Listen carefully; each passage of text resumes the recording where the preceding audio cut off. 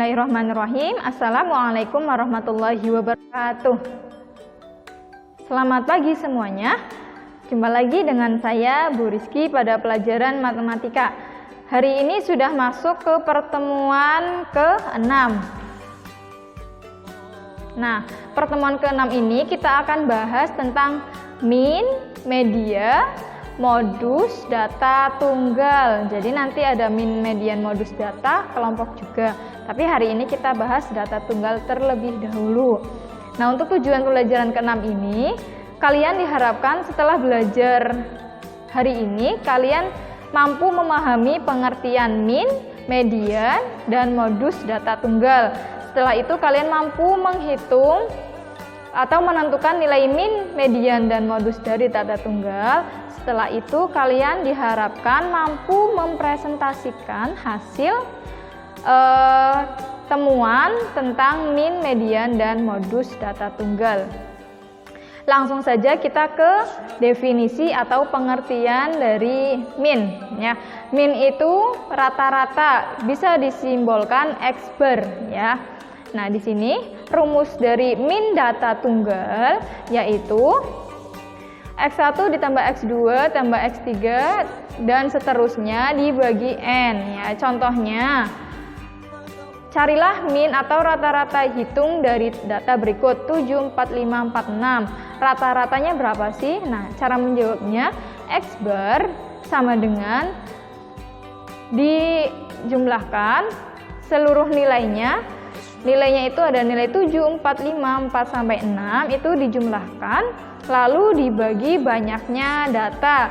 Banyaknya data itu ada berapa sih? Ada 5. Maka di sini 7 tambah 4 tambah 5 tambah 4 tambah 6 hasilnya 26 dibagi 5 hasilnya 5,2 ya. Maka rata-rata nilai siswa adalah 5,2 ya. Nah, ini untuk data berbobot atau untuk data kelompok, rumusnya nanti beda sendiri ya. Nah, ini untuk data berbobot yaitu apabila setiap XI mempunyai frekuensi atau FI, maka min rata-rata hitungnya adalah FI kali X1 ditambah F2 kali X2 ditambah F3 kali X3 ditambah titik-titik sampai FK kali XK ya. Atau rumus gampangnya X bar sama dengan sigma Fx dibagi sigma F. Nah, ini contohnya dari data berbobot ya. Data berbobot contohnya hitung min dari data nilai fisika 40 anak. Di sini ada nilai sama frekuensinya. Nilainya ada dari 5, 6, 7, 8, 9. Frekuensinya atau jumlah anak yang mendapatkan nilai tersebut ada nilai 5.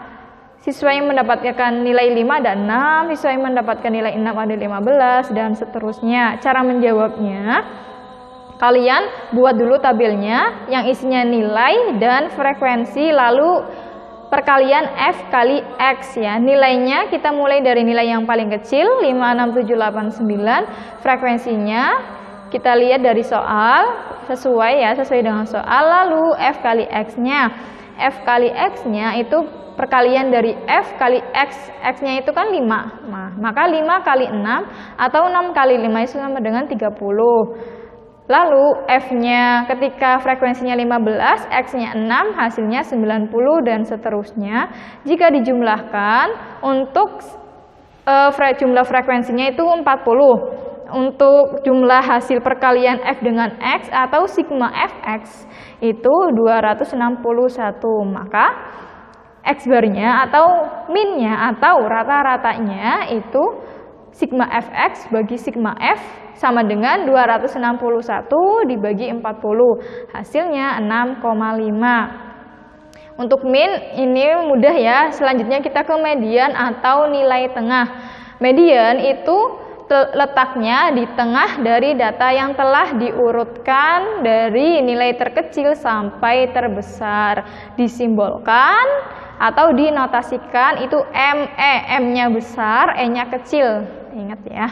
Nah, ini Untuk median data tunggal, cara mengerjakannya, jika banyak data ganjil, maka ME-nya adalah data yang terletak tepat yang di tengah, ya, yang di tengah setelah diurutkan. Jadi datanya diurutkan dulu. Ketika data ganjil, maka carilah nilai tengahnya atau nilai yang berada di tengah-tengah. Nah, kedua, jika banyak data genap, itu maka ME adalah rata-rata dari dua data yang terletak di tengah. Ini maksudnya data genap, data ganjil, itu maksudnya misal ada soal, nah nilainya itu atau data nilai siswanya ada 5, nah 5 itu termasuk ke ganjil, maka disebut data ganjil. Misalkan ada nilai 6 siswa mapel matematika, nah itu termasuk data genap, ya. Ini untuk lebih jelasnya kita lihat contohnya saja. Nah, contohnya tentukan median dari data berikut. Yang poin A ada nilai 6, 7, 3, 4, 8, 9, 4, ya. Cara mengerjakannya, pertama diurutkan dulu dari terkecil sampai terbesar. Selanjutnya coba lihat itu termasuk data genap atau data ganjil. Nah, setelah kita lihat itu ternyata data ganjil karena datanya ada 7 atau siswanya ada 7. Ya, maka itu termasuk ke data ganjil. Maka untuk mencari mediannya, kita lihat aja yang terletak di tengah-tengah itu adalah nilai median. Ya. Selanjutnya soal kedua. Nah, soal kedua itu ada nilai 35, 5-nya ada 3, 5, 5, 5, 6, 7, 8, 9. Nah, itu setelah diurutkan ya, sebelum diurutkan kan masih acak 5, 6, 3, 7, 5, 5, 9, 8. Kita urutkan dulu dari terkecil ke yang terbesar. Selanjutnya ternyata soal yang B itu adalah data genap karena jumlahnya ada 8 ya, maka cara mengerjakannya kita lihat nilai yang di tengah. Yang di tengah itu ternyata ada 5 dan 6, maka mediannya nilai yang di tengah itu dibagi 2. Nah, nilai yang di tengah itu ada 2, 5 dan 6 dibagi 2 hasilnya 11 bagi 2 sama dengan 5,5. Itu untuk median. Selanjutnya untuk modus. Modus itu pengertiannya data yang paling sering muncul atau yang memiliki frekuensi terbanyak. Kita notasikan MO, M-nya besar, O-nya kecil. Contohnya untuk modus data tunggal. Nah, ini ada contoh sekumpulan data 2, 3, 4, 4, 5. Nah, maka modusnya atau nilai yang sering muncul adalah 4 sebanyak 2 kali.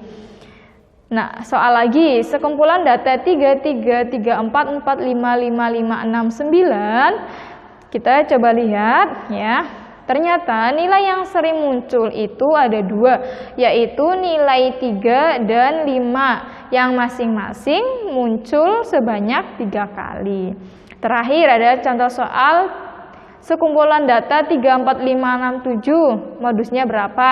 Ternyata di sini modusnya tidak ada karena masing-masing nilai hanya muncul sebanyak 1 kali. Ya, berarti seimbang. Jadi tidak memiliki modus. Nah, itu saja yang bisa Ibu sampaikan. Semoga kalian bisa memahami apa yang Ibu sampaikan. Bila ada yang belum paham, silakan ditanyakan melalui Japri WhatsApp ke Ibu. Kurang lebihnya mohon maaf. Wassalamualaikum warahmatullahi wabarakatuh.